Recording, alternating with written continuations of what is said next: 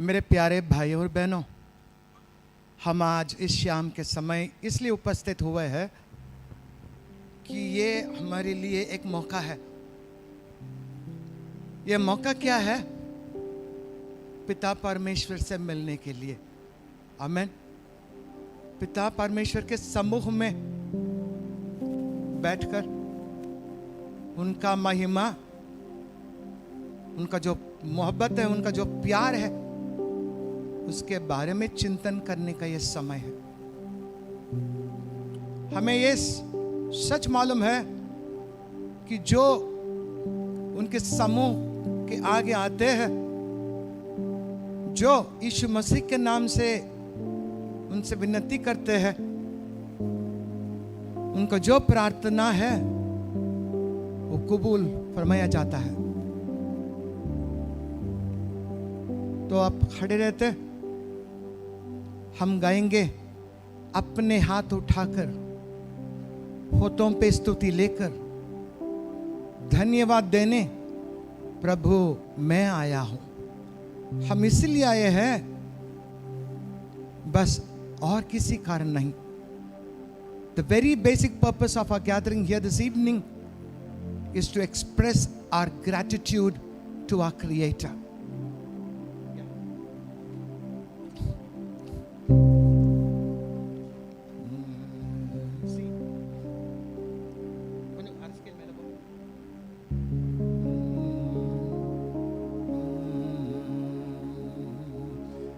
अपने हाथ उठाकर,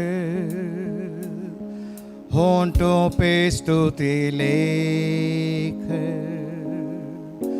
धन्यवाद देने, प्रभु मैं आया हूँ। अपने हाथ उठाकर, होठों पे स्तुति लेकर, धन्यवाद देने, प्रभु मैं आया हूँ। प्रभु मैं आया हूँ। प्रभु मैं आया हूँ। धन्यवाद देने, प्रभु मैं आया हूँ। दोबारा, प्रभु मैं आया हूँ। प्रभु मैं आया हूँ। धन्यवाद देने, प्रभु मैं आया हूँ। ஆண்டவராகிய இயேசு கிறிஸ்துவின் நாமத்தினாலே प्रभु यीशु मसीह के नाम से இந்த மாலை வேளையிலே உங்கள் எல்லாரையும் பார்ப்பது மிகுந்த சந்தோஷம். इस शाम के समय में आप लोगों को देख के मेरा मन प्रफुल्लित है। உங்கள் மத்தியிலே தேவ செய்தியை கொடுப்பதற்காக ஒரு விசேஷித்த பேச்சாளர் வந்திருக்கிறார். प्रभु के वचन को सुनाने के लिए हमारे मध्य में दास यहाँ उपस्थित है। जाइए, பாஸ்டர் சொல்ற வசனத்தை நம்புங்க. और जो प्रभु का दास आपसे कहता है उस पर विश्वास कीजिए। இந்த வசனம் ये वचन உங்களை வாழ வைக்கும். वो आपको ऊंचा करेगा। இந்த வசனம் ये वचन உங்களுக்கு வழி காட்டும். वो ये वचन आपको मार्ग को दिखाएगा। இந்த வசனம் और ये वचन உங்கள் பிள்ளைகளை வாழ வைக்கும். वो आपके बच्चों को बढ़ाएगा। இந்த வசனம் ये वचन உங்களுக்கு वழி காட்டும். और ये आपको रास्ता को दिखाएगा। God bless you. God bless you. आप सबको जय मसीह की। बहुत सुंदर वचन को आज हमने यहाँ पे सुना है। सचमुच विश्वास के बारे में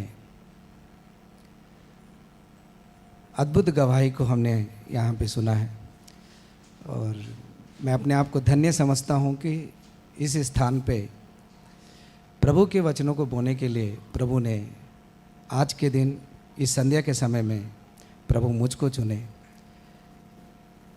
हृदय से मैं बिशप साहब को दीन होकर धन्यवाद देता हूँ, और भाई पास्टर उज्जवल साहब को जो बड़े प्रेम से आमंत्रित किए हैं, इसमें ज़रूर मैं खरा उतरूँगा ऐसा मैं विश्वास कर रहा हूँ।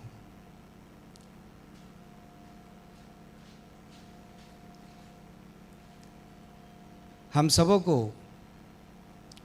प्रभु ने एक विशेष उद्देश्य से चुने हैं।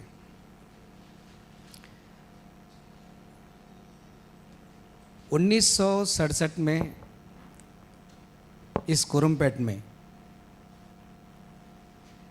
बिशप साहब को लेके आकर प्रभु इस तरह महिमा पा सकते हैं, हम सब बोले हमारे द्वारा भी परमेश्वर इस चेन्नई में महिमा पाएंगे। हमारे द्वारा भी परमेश्वर नहीं पाएंगे। नहीं बोलोगे आप? बिशप साहब वही सिखाए अभी विश्वास में, शैतान से बात करते थे, आप अपने मुंह को खोलोगे आप आशीष पाओगे। आमीन। एक परमेश्वर के जन ने प्रभु से एक बार पूछा कि प्रभु क्यों मैं आशीष नहीं पा पाया? तो प्रभु उसको बोले, प्रभु के दास लोग जब आपको आशीष देते थे, तू आशीषित रहेगा, तेरा भला होगा, तब तू चुपचाप बैठता था, ये नहीं बोलता था आमीन ऐसी हो, इसलिए तू आशीषित नहीं हुआ। हमें प्रभु के वचन को विश्वास करना है। इस स्थान से जो भी वचन बोला जाता है वो स्वर्ग के परमेश्वर की ओर से होता है। आमीन। हम विश्वास करें, हम बोले अपने मुंह से, बिशप साहब के विश्वास जैसा हमारा विश्वास भी बढ़े, इस चेन्नई में हम भी आशीषित रहेंगे। चेन्नई में हम भी आशीषित रहेंगे, हमारा भी भला होगा, हमारा ही भला होगा। वो जो सेवकाई कर रहे हैं उस सेवकाई को और हम आगे बढ़ाएंगे। जो सेवकाई जो कर रहे हैं उस सेवकाई और भी बढ़ाएंगे। प्रभु का महिमा होगी, परमेश्वर की महिमा मेरे होगी। द्वारा महिमा होगी, मेरे द्वारा महिमा होगी। आज इस सायंकाल के समय में जो मीटिंग में आया हूं, जो सिर्फ आकर जाने के लिए नहीं आया, मेरे द्वारा परमेश्वर की महिमा होगा। प्रभु हम सबको चुने हैं। चलिए बिशप साहब जो वचन को बताएं उन्हीं वचनों में थोड़ा सा आगे बढ़ते हैं। इफिसियो 1 अध्याय उसका 4 पद को हम पढ़ते हैं। प्रभु हमारी सहायता करे। इफिसियो 1 अध्याय उसका 4 पद को हम पढ़ते हैं। पढ़िए। जैसा उसने हमें जगत की उत्पत्ति से पहले उसमें चुन लिया कि हम उसके निकट प्रेम में पवित्र और निर्दोष हो। जगत के उत्पत्ति से पहले परमेश्वर ने हमें चुना। क्यों चुने? हमें आशीष देने के लिए। क्यों चुने? हम बढ़ने के लिए। क्यों चुने? हमारे द्वारा परमेश्वर की महिमा हो। हम सबों को परमेश्वर ने आज चुने हैं, इसलिए हम इस स्थान पे आज आए हैं।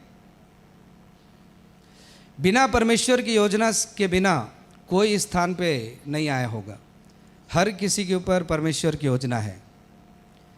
जैसे बिशप साहब के ऊपर परमेश्वर की योजना थे, वैसे हमारे ऊपर भी परमेश्वर की योजना है कि हम परमेश्वर की योजना को हम पूरा करें। जगत के उत्पत्ति से पहले परमेश्वर ने हमें चुना है। मैं जहां कहीं भी जाता हूं इस बात को जोर दे के बताता हूं, अगर सच्चाई वाला जीवन हमारे अंदर है, अगर विश्वास वाला जीवन हमारे अंदर है, सारी आशीष आपके कदमों को चूमेगी। आमीन। आपको आशीषों के पास जाने की जरूरत नहीं है, क्योंकि आदम को बनाने से पहले परमेश्वर इनमें वह सब कुछ बनाए जो मनुष्य को जरूरत है। मनुष्य को बनाने के बाद परमेश्वर ने वह सब कुछ नहीं बनाए जो मनुष्य को जरूरत था। मनुष्य को बनाने से पहले परमेश्वर ने सब कुछ बनाया जो मनुष्य को जरूरत था। हमारे लिए परमेश्वर सब कुछ रखे हुए हैं, हमको सिर्फ पाना है उसको, आमीन। हमको लेना है। वह कैसे पा सकते हैं, वह कैसे ले सकते हैं? हमने सुना बिना विश्वास के परमेश्वर को प्रसन्न करना अनहोना है। बिना विश्वास के कोई परमेश्वर को प्रसन्न नहीं कर सकता। अर्थात जितने भी यहां पे आए हैं, कारण कुछ भी हो, आपको बुलाया गया इसलिए आए हैं, या आप रेगुलर आते हैं इसलिए आए हैं, जो भी कारण हो, आपको विश्वास करना है कि परमेश्वर यहां पे है। आमीन। आपको विश्वास करना है कि प्रभु मेरी प्रार्थनाओं को सुनते हैं। आपको विश्वास करना है जो वचन बोया जा रहा है वो मेरे जीवन में कार्य करेगा। आमीन। अगर यह विश्वास आप करते हैं, मैं विश्वास के साथ आपको कहता हूं, आप यहां से खाली हाथ नहीं जाएंगे। Praise the Lord. आमीन। यस। आप यहां से खाली हाथ नहीं जाएंगे। परिपूर्ण होकर, भरपूर होकर, भरपूर से आप जाएंगे। पुराने नियम में हम जब देखते हैं, कुछ वचनों को, समय के कारण मैं कुछ वचनों को मैं ऐसे ही बता रहा हूं, आपको समझ में आ जाएगा। अगर हम निर्गमन उसका 13:1 में हम पढ़ते हैं तो परमेश्वर यहूद बोले, जो भी पहलौठा है, जो भी पहलौठा है, तो गर्भ से, माता के गर्भ से जो भी पैदा हुआ, जो भी पहलौठा है वह मेरा है। और इस पहलौठों को पाने के लिए उसी निर्गमन 12 अध्याय उसके 29 में लिखा है, मिस्र के सारे पहलौठों को परमेश्वर मारे। मिस्र में मिस्री लोग के जो भी पहलौठे थे उस सबको हमारे, और किसको चुने? यहूदी लोगों के पहलौठों को चुने। वो तो यहूदियों के कारण था। आज पहलौठा कौन है? आज इस कुरुमपेट में परमेश्वर के वचन को ग्रहण करने आए आप ही परमेश्वर के पहलौठे हो। आमीन। आपको परमेश्वर के विशेष उद्देश्य के लिए परमेश्वर चुना है। अगर हम बाइबल में देखते हैं, बहुत लोग हैं जो एक विशेष उद्देश्य के लिए चुने हुए लोग हैं। माइक बैटरी प्रॉब्लम नहीं कर रही थी।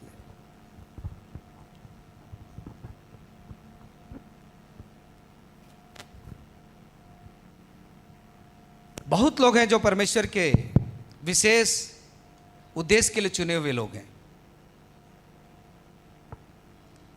2 जनों को आज मैं दिखाना चाहता हूं। एक पुराना नियम में दाऊद को और नए नियम में पौलुस को। दाऊद को जब परमेश्वर चुने तब परमेश्वर दाऊद के विषय में क्या बोले मालूम है? मेरे लिए इसका अभिषेक कर। शाऊल को परमेश्वर अभिषेक करते समय राजा होने के लिए अभिषेक किए। शाऊल को जब अभिषेक हो रहा था तब परमेश्वर ये नहीं बोले, मेरे लिए नहीं बोले, राजा होने के लिए उसका अभिषेक कर। लेकिन जब दाऊद को परमेश्वर चुने, अगर 1 सामुएल 16 अध्याय उसके 3 पद में हम पढ़ते हैं तो वहां पे हमको दिखेगा कि परमेश्वर दाऊद को अपने लिए चुने। यहां पे जितने लोग भी इकट्ठे हुए हैं, परमेश्वर अपने लिए चुन के यहां पे आपको लाए हैं। आप साधारण मनुष्य नहीं हैं। आप साधारण मनुष्य नहीं हैं। आप पढ़े लिखे हो सकते हैं, नहीं भी पढ़े लिखे हो सकते हैं। आप पैसे वाले हो सकते हैं, नहीं भी पैसे वाले हो सकते हैं। आप गरीब हो सकते हैं, अमीर हो सकते हैं। आप बीमारी के साथ यहाँ पे आए हों या चंगाई, अच्छे स्वस्थता के साथ आए हों, लेकिन मैं आपको बताना चाहता हूँ कि आप साधारण लोग नहीं हैं। आप साधारण लोग होते तो परमेश्वर आपको यहाँ पे नहीं लेके आता। आप परमेश्वर के चुने हुए लोग हैं और परमेश्वर आपको चुनकर यहाँ पे लेके आए कि आपको आशीष दे। आमीन। आपकी सारी जरूरतों को पूरा करके यहां से भेजे। उनकी योजना को आपको बताए और उस योजना के अनुसार परमेश्वर आपको चलाए। इसलिए परमेश्वर यहाँ पे आपको लेके आए। जैसे बिशप साहब बता रहे थे विश्वास के बारे में, इस दाऊद के जीवन में हम देखते हैं, अगर आपको जानकारी है, इस दुनिया में सबसे ज्यादा बिकने वाला अगर कोई बुक है तो सबको मालूम है कि बाइबल है। और उस बाइबल में सबसे अधिक पढ़ने वाला अगर कोई पुस्तक है वो है भजन संहिता। और उस भजन संहिता में सबसे अधिक अगर कोई भजन पढ़ा जाता है तो वो है भजन 23। जानकार लोग कहते हैं कि भजन 23 अध्याय को लेके लगभग 20 लाख गीत गाए हुए। 20 लाख। क्या है इस भजन 23 में? हम सब प्रतिदिन सुबह उठते हैं तो इसको जरूर पढ़ते हैं, यह हमारी प्रार्थनाओं में दिखता है। क्या है इस भजन के अंदर?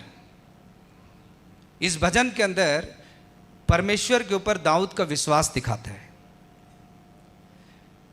इस भजन को दाऊद लिखते समय या गाते समय वह यहूदा के जंगल में था, और यहूदा के जंगल के बारे में अगर आप गूगल में भी अगर सर्च करेंगे आपको पता चलेगा कि यहूदा का जंगल बहुत ही भयानक है। वहां का जंगल आपको इस तरह दिखेगा। कैसे? एक तरफ पहाड़ जैसा टीला और दूसरे तरफ भयंकर गड्ढे। और जानकार लोग कहते हैं भूमि के मध्य भाग में यरूशलेम रहने के कारण, यहूदा का जंगल रहने के कारण, अगर वहां आंधी आती है तो पूरा अंधेरा छा जाता है। अगर बाजू में कुछ होगा भी वो दिखेगा नहीं। और जानकार लोग कहते हैं, आप अगर इस जो बातों को मैं बोल रहा हूं अगर उसको आप गूगल में भी सर्च करेंगे आपको मिलेगा, मिनिमम वहां का टेम्परेचर जो है 100 रहता है, मैक्सिमम 140 तक चले जाते हैं। यहां पे हम 45 47 आते तो ही हम परेशान हो जाते हैं। वहां मिनिमम 100 रहता है और 140 तक चले जाता है। वैसे परिस्थितियों में साउल के भय के कारण दाऊद जंगल में था, और जंगल में था और जंगल में कैसा उस भजन को वो बोल रहा है। 4 पद को उसमें पढ़ते हैं। पढ़िए बहन। पहला भजन 23 1। हाँ। यहोवा मेरा चरवाहा है, यहोवा मेरा चरवाहा है, मुझे कुछ घटी ना होगी। देखिए घटी ना होगी अर्थात क्या है? घटी में है दाऊद, और वो कह रहा है मुझे कोई घटी नहीं होगी क्योंकि यहोवा मेरा चरवाहा है। क्यों वो चरवाहा ऐसा बोलता है? क्योंकि दाऊद खुद चरवाहा था। उसको मालूम था कि एक चरवाहा का जीवन क्या होता है। जब साउल के पास दाऊद खड़ा हुआ, दाऊद तो बोलता है कि मैं सिंह के मुंह से और भालू के मुंह से भेड़ को मैं छुड़ाता था। अर्थात चरवाहा का स्वभाव क्या है, दाऊद से अच्छा कोई दूसरा नहीं जान सकता। इसलिए वो कहता है चरवाहा अपने भेड़ को जैसे बचाता है, जैसे उसकी सहायता करता है, जैसे उसको पानी पिलाता है, वैसे ही मेरा चरवाहा यहोवा है, मुझे कुछ घटी ना होगी। आमीन। अब बोलिए, अब इस बात को समझ के बोलिए, यहोवा मेरा चरवाहा है, मुझे कुछ घटी ना होगी। यहोवा मेरा चरवाहा है, मुझे कुछ घटी ना अगर होगी। घर जाके फिर घटी की बात करोगे तो मैं बोलूंगा यहां से कि जीवन भर घटी के साथ ही रहोगे आप। आपको विश्वास से आपको बोलना पड़ेगा। आप जब प्रार्थना करते हो, जब बोलते हो, उस समय आपको विश्वास से बोलना पड़ेगा, यहोवा मेरा चरवाहा है, मुझे कुछ घटी ना होगा। कोई भी परिस्थिति हो, परिस्थिति को मत देखो।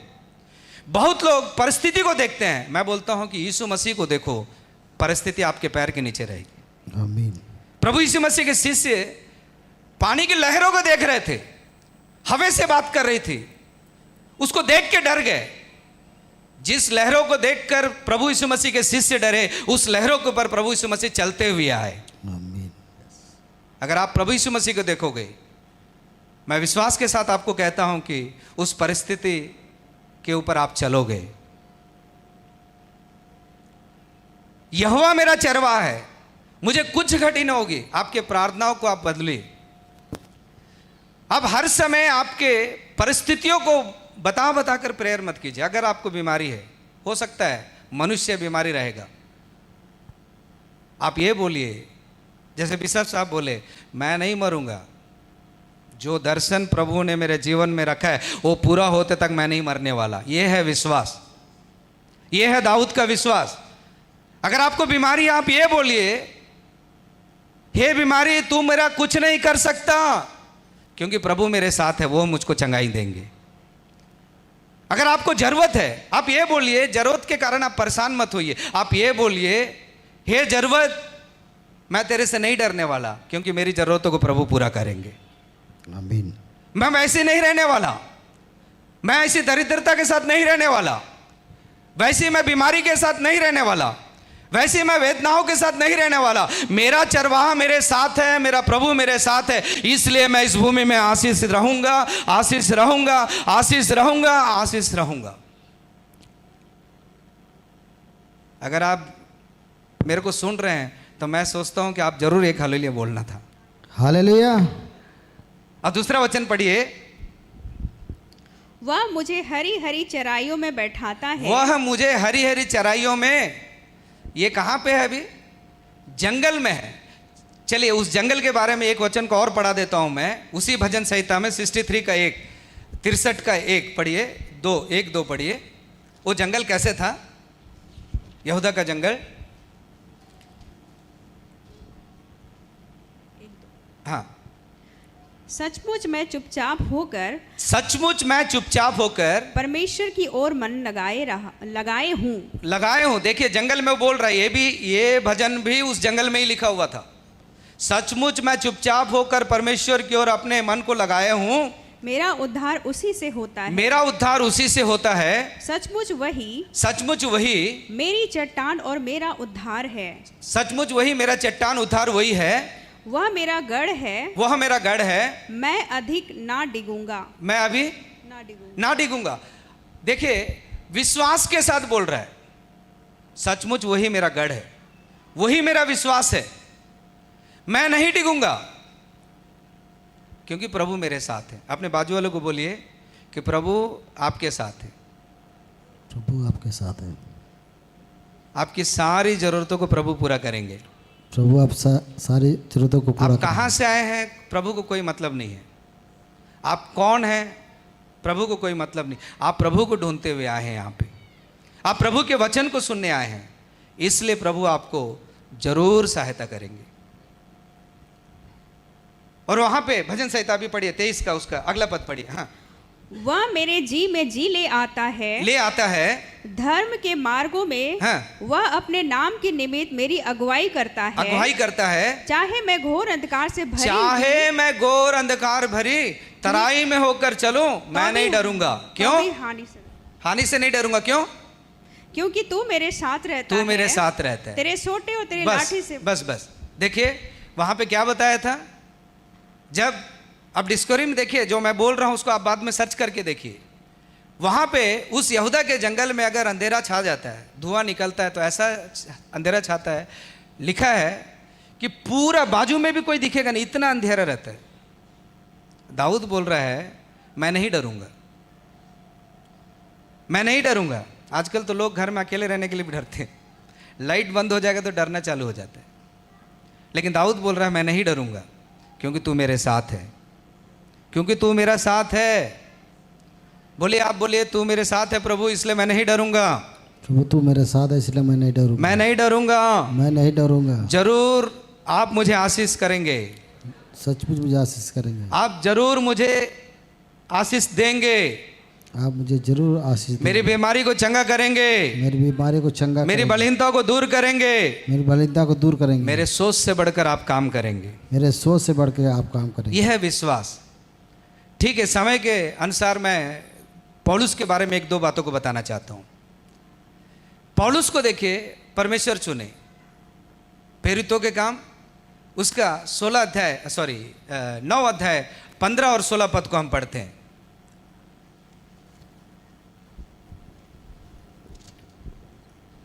परंतु प्रभु ने उससे कहा, तू चला जा, क्योंकि वह तो अन्य जातियों और राजाओं और इजरायलियों के सामने मेरा नाम प्रकट करने के लिए मेरा चुना हुआ पात्र है। मेरा चुना हुआ पात्र है। दाऊद को क्या बोले वहां पे? मेरे लिए अभिषेक कर। और यहां पे बोल रहे मेरा चुना हुआ पात्र है, किस लिए? राजाओं के सामने जाके प्रभु का वचन सुनाएगा। कितने लोग राजाओं के सामने जाके प्रभु का वचन सुनाने वाले चाहते हैं? नहीं। अपने हाथों को उठा के दिखाइए।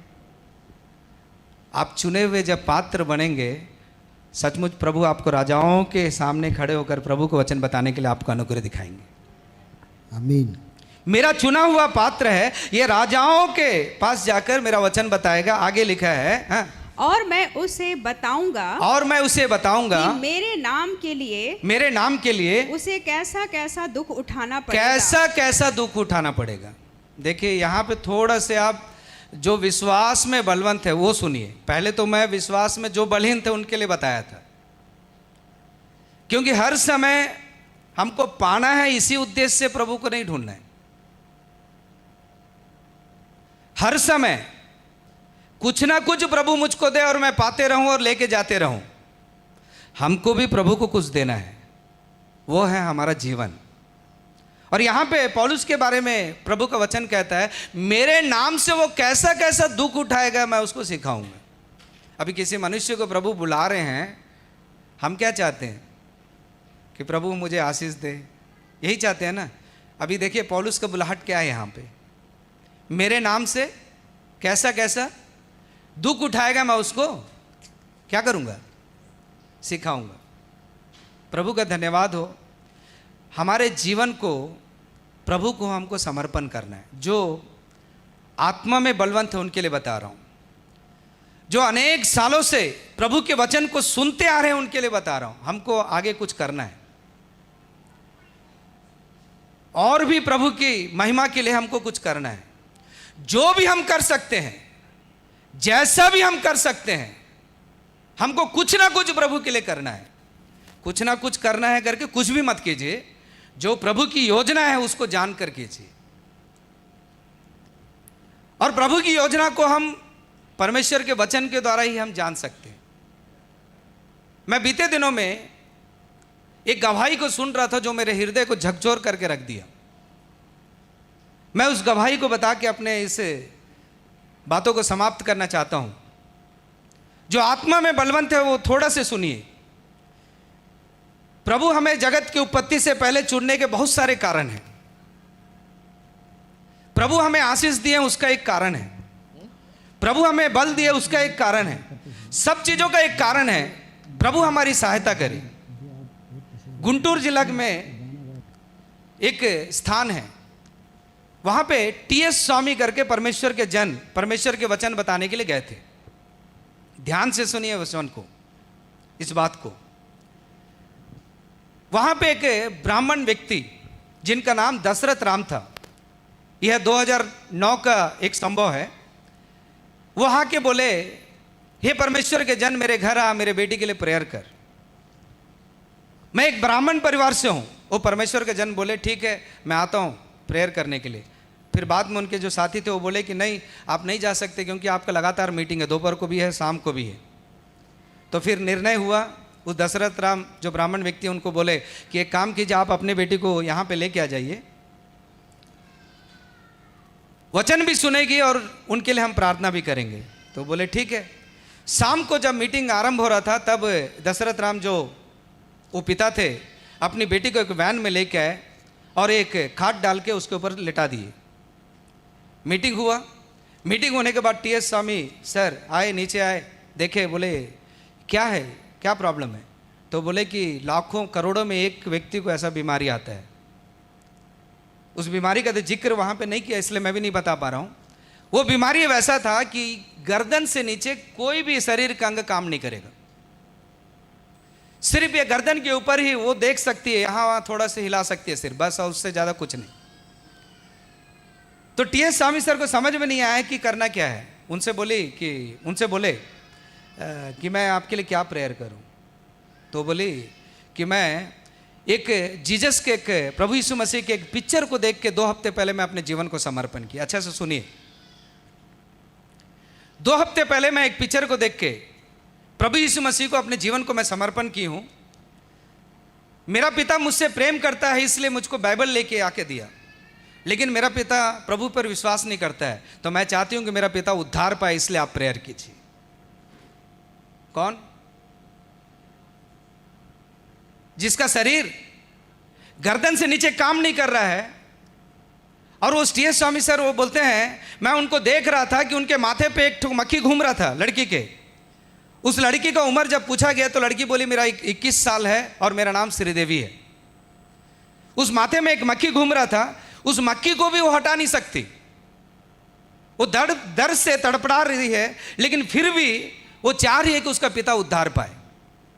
फिर वो बोले और बता, तो बोले कि हम लोग, मैं बीमार रहती हूँ, मेरी माँ दूर रहती है, मेरा भाई दूर रहता है, इसलिए वो कभी कभी मेरे को देखने आते हैं, वह भी उद्धार पाए, उनके लिए प्रेयर कीजिए। बोले और नेक्स्ट क्या है? तो बोले कि मैं 2 ही हफ्ता हुआ नया कि विश्वासी हूँ, मेरे को बाइबल के बारे में उतना जानकारी नहीं है, मैं चाहती हूँ कि आपको मैं हफ्ते में 2 बार लेटर लिखूंगी, आप वचन के बारे में मुझको थोड़ा जानकारी दीजिए। टीएस स्वामी को समझ ही नहीं आया, ये लड़की बीमार है, अपनी बीमारी के बारे में बोलेगी मेरे लिए प्रेयर कर, अपने कष्टों को बताएगी, लेकिन वह उसके परिवार के उद्धार के बारे में बता रही है। वचन को और अच्छा समझना है, वैसा उसका प्यास है उसके अंदर। जब ये बात हुई, टीएस स्वामी सर चले गए। लगभग 6-7 महीने लेटर आना जाना हुआ, लेटर से कुछ क्वेश्चन पूछते थे और वहां से वो उत्तर देते थे। 6-7 महीने के बाद लेटर आना बंद हो गया। तो यहाँ टीएस स्वामी सर सोचने लगे कि लड़की कहीं मर तो नहीं गई, या उसके पिताजी पापा जो है नास्तिक हो गए क्या, जो लेटर नहीं डाल रहे होंगे, क्या है नहीं मालूम। ठीक है, जो भी है, प्रभु का धन्यवाद हो। 2011 में फिर उसी जिला में गए, गुंटूर जिला में गए। 2011 में गए, तब एक छोटा लड़का आके बोला आप श्रीदेवी को जानते हैं? टीएस स्वामी सर से पूछा आप जानते हैं श्रीदेवी को? हाँ मैं जानता हूं, वो आपको घर बुला रही है। अच्छा श्रीदेवी जिंदा है? हाँ जिंदा है, आपको बुला रही है, ठीक मैं आऊँगा घर। जब टीएस स्वामी सर वहाँ के घर गए तो वो बता रहे हैं 3 मंजिला घर, बहुत बड़ा घर था। और ये जो श्रीदेवी एक छोटे से सेट के नीचे सो रही है, सुकड़ गई है, पहले कम से कम थोड़ा अच्छी थी, अभी सुकड़ गई, उसका शरीर कुछ नहीं है, सिर्फ सिर दिख रहा है, सुकड़ के उसमें सोई हुई है। और वो पूछे, टीएस स्वामी सर पूछे श्रीदेवी कैसी है? तो बोली मैं बहुत अच्छा हूँ, बहुत अच्छी हूँ। बोले कैसे आप अच्छी हैं? तो बोले कि पास्टर साहब हम सब ने प्रेयर किया, मेरे पापा उद्धार पा लिए। आप बोले ना हालेलुया। हम सब ने प्रेयर किया, हमारे पापा उद्धार पा लिए। उद्धार पाने के कुछ दिन के अंदर उनको भी लकवा मार गया। मेरे बाजू में उनको सुलाते थे, मैं इस खटिया में लेटी रहती थी, मेरे बाजू मेरे पापा लेटे रहते थे। मेरे को नहलाने वाले मेरे पापा थे, मेरे को दवाई देने वाले मेरे पापा थे, मेरी सारी जरूरतों को पूरा करने वाले मेरे पापा थे। अब मेरा सहायता करने वाला कोई नहीं है। जब मैं दर्द से तड़पड़ाती थी, मैं चिल्लाती थी, किसी को बुलाती थी, उसको देख के मेरे पापा रोते थे, क्योंकि वो बाजू में थे तो मैं देखती थी उनके आंख से आंसू निकलते रहता था। मैं प्रभु से बोली, प्रभु आप सचमुच मेरे से प्यार करते हैं ना? अगर सचमुच मेरे से प्यार करते हैं मेरे पापा को ले ले, क्योंकि वो उद्धार पा ली है, अब उसको रोते हुए मैं नहीं देख सकती। 2 हफ्ते के अंदर उनके पापा खत्म हो गए। बोले आपके पापा खत्म हो गए आपको? आप बोले अच्छे हैं? हाँ। कैसे अच्छे हैं? तो बोले 3 मंजिला का जो किराया आता है ना, उस किराए को लेती हूँ मैं, यहाँ बाजू में एक गुरुवैया करके एक व्यक्ति है, उस व्यक्ति को देती हूँ, वह मुझे हफ्ते में 3 दिन, एक दिन हॉस्टल, एक दिन हॉस्पिटल, एक दिन कॉलेज के पास मुझे लेके जाके चादर बिछा के लिटा देता है, और मैं वहाँ पे लेटे लेटे चिल्लाती हूँ यीशु मसीह अच्छा है, यीशु मसीह अच्छा है, हालेलुया। इसको सुनते समय कुछ लोग को गुस्सा आता था, कुछ लोग प्रश्न पूछते थे, कुछ लोग मैं भिखारी हूं करके पैसे डालते थे। मैं उनको बोलती थी मैं भिखारी नहीं हूं, इस गुंटूर में 3 मंजिला मेरा घर है, मुझको किराया आता है, मैं भिखारी नहीं हूं, मैं एक ब्राह्मण परिवार से हूं, मैं जीवन पाई हूं, मैं प्रभु का सुसमाचार सुना रही हूं। इस तरह से ये 2 साल में मैं सुसमाचार सुनाई। प्रभु का धन्यवाद हो, 3 लोग अभी बपतिस्मा ले लिए। आमीन। मैं अच्छी हूं पास्टर साहब। टीएस स्वामी सर को कुछ समझ में नहीं आया, कम से कम अभी कुछ बोलेगी ये लड़की मेरे लिए प्रेयर कर। उसके अंदर एक धुन बैठा हुआ है कि प्रभु के लिए कुछ करना है। और वो चले गए। जाने के बाद फिर 2016 में फिर वही गुंटूर जिला में टीएस स्वामी सर आए। वैसे मीटिंग था, अरेंज किए थे। जब टीएस स्वामी सर बैठे तो उनके बाजू में एक श्रीनिवासन पास्टर बैठे थे, पास्टर श्रीनिवासन। वो बोले कि मैं एक छोटी सी गवाही बताऊंगा, उसके बाद आप वचन बताना। और वो गवाही ऐसा था, कैसा था? वो बोले मुझको जो आत्मिक जीवन में चलाई है उस माता को प्रभु में चलाने वाले अभी वचन बताने वाले। आप समझे? कौन उस पास्टर को चलाई? श्रीदेवी। अच्छा, श्रीदेवी जिंदा है? श्रीदेवी आपको प्रभु में चलाई। ये बोल रहे हैं मुझको जो प्रभु में चलाई, मेरी आत्मिक माँ को प्रभु में चलाने वाले टीएस स्वामी सर अभी वचन बताने वाले हैं। मीटिंग हो गया। मीटिंग खत्म होने के बाद टीएस स्वामी सर पूछे, श्रीदेवी कैसी? अच्छा है। सर आपको मालूम नहीं है, श्रीदेवी 3 महीने पहले खत्म हो गई, मर गई। लेकिन ये 7 सालों में लगभग 800 लोगों को प्रभु में चला के बपतिस्मा दी। आमीन, हालेलुया। लगभग 800 लोगों को प्रभु में चला के बपतिस्मा दी। उसमें 14 लोग फुल टाइम मिनिस्ट्री में हैं। Praise the Lord. और मैं एक पास्टर हूं उसका। मेरा नाम श्रीनिवासन है। मुझे प्रभु में चलाए। मैं हिंदू फैमिली से आता हूं। मेरी पत्नी का नाम रजनी है, वो भी हिंदू फैमिली से आती है। हमको प्रभु में चला के अनंतपुर में हमें सेवकाई के लिए भेजे। हमारे जैसे 14 लोग आज पास्टर हैं, फुल टाइम मिनिस्ट्री हैं। 800 लोग बपतिस्मा ले लिए हैं। Praise the Lord. 2 हाथ 2 पैर, शरीर का जो अंग काम नहीं कर रहा है, वह श्रीदेवी 800 लोगों को प्रभु में चला सकती है। तो मैं सोचता हूं कि निश्चय प्रभु उससे बढ़कर हमको प्रभु हमें उपयोग कर सकते हैं। आमीन, यस लॉर्ड। पहले मैं आपको बताया हमारी सारी जरूरतों को प्रभु पूरा करेंगे।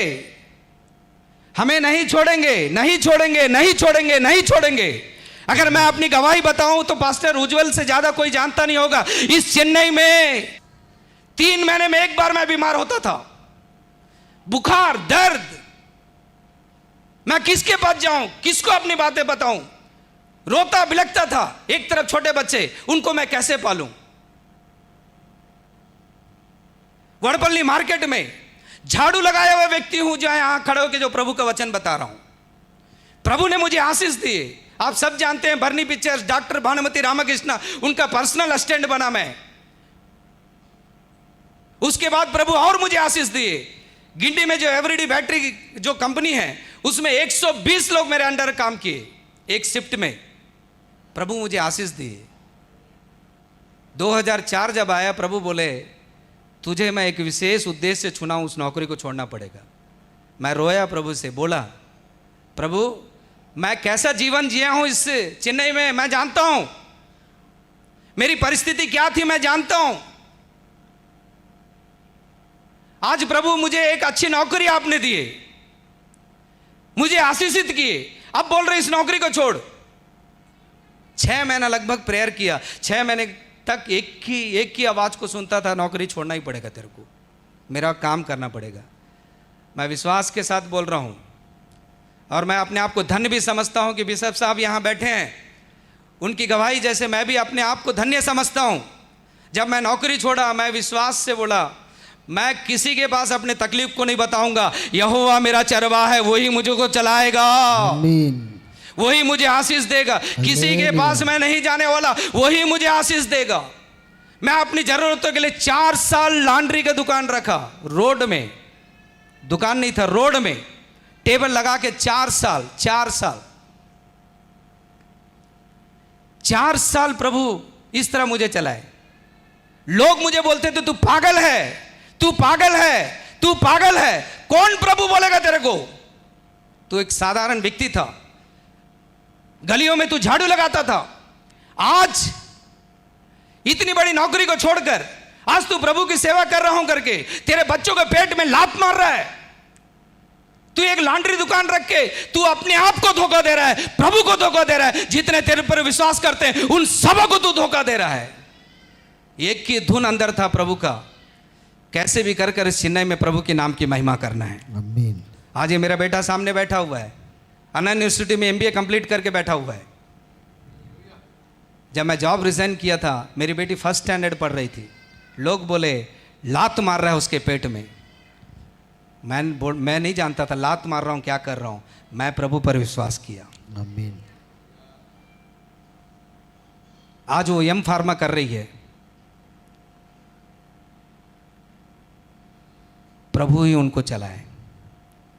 जो भी लोग जितने भी यहाँ पे आए हैं, मेरा कहने का अर्थ यह है, आप सबों को परमेश्वर ने जगत की उत्पत्ति से पहले चुने हैं। Yes Lord. आप सबों को परमेश्वर जगत की उत्पत्ति से पहले चुने हैं। आपके ऊपर एक योजना है। अगर आप इस कलीसिया के हैं तो आप ये मीटिंग होने के बाद पास्टर साहब के पास आके आप बोलिए, जैसे पतरस वचन बता रहा था, सुनने वाले के हृदय छिदे, वो आके बोले पतरस हमें और क्या करना है। अगर सचमुच अगर आप इस वचन के द्वारा अगर अपने आप को प्रभु में फिर एक बार समर्पित करते हैं, इस मीटिंग होने के बाद पास्टर साहब के पास आके बोले कि हमको आगे क्या करना है, इस कलीसिया में कैसे प्रभु के नाम की महिमा करना है, कैसे हम प्रभु की सेवा करें, हमारे धन के द्वारा, हमारे बल के द्वारा, हमारे ज्ञान के द्वारा हम कैसे प्रभु की सेवा करें। अगर आप पूछ के जाते हैं, मैं आपको बोलता हूं आप धन्य हैं, आप धन्य हैं। दुनिया की कोई भी शक्ति आपको आशीष आने से रोक नहीं सकता। आमीन। अगर इस भूमि में आप सिर नहीं रहोगे, आप वचन, परमेश्वर के वचन को बदल देना, आपको प्रभु सिर बनाएगा। आमीन। आपको प्रभु आशीष देंगे। आपके सोच से भी बढ़कर प्रभु कार्य करेंगे। आमीन। आपके सोच से भी बढ़कर प्रभु कार्य करेंगे। आज भारत देश में अनेक स्थानों पे जाता हूं, जैसे भाई साहब बोले तेलुगु तमिल सर्विस भी लेता हूं, हिंदी भी लेता हूं। कौन व्यक्ति जो वड़पल्ली में मार्केट में झाड़ू लगा रहा था, कचड़े से लेकर आकर प्रभु यहाँ पे आपके सामने खड़ा किए हैं, क्या आपको प्रभु नहीं चलाएंगे? क्या प्रभु आपको आशीष नहीं देंगे? क्या प्रभु आपको विशेष उद्देश्य जो चुने उस कार्य के लिए आपको नहीं चलाएंगे? निश्चय चलाएंगे। Thank you Jesus. धन्यवाद देते बिनते प्रार्थना करते राजा, तेरे अगुवाई के इसलिए धन्यवाद देते, सुंदर वचनों से रूबरू के रहा इसके लिए धन्यवाद देते हैं राजा। हालेलुया। ओ सचमुच nothing impossible for Jesus. Hallelujah. ओ सचमुच प्रभु जी, हालेलुया। ओ सारा चीज मेरा है तूने कहता है प्रभु जी। हाँ प्रभु जी, इस कायनात को रचने वाला परमेश्वर आपको हम धन्यवाद देते हैं प्रभु जी। यहाँ आए हुए मेरे भाई बहन को प्रभु जी, हालेलुया, ओ नामरा आशीष को देना राजा, ओ बरकत को देना प्रभु जी। हालेलुया। वो शाका दर अल्लाह रबा। यस, प्रार्थना यीशु मसीह के नाम से मांगते हैं, सुन दया ग्रहण कर। आमीन। और अब इस ख्रिस्त का अनुग्रह और इसका प्रेम अपना सहभागिता हम सबके साथ सर्वदा रहे। आमीन।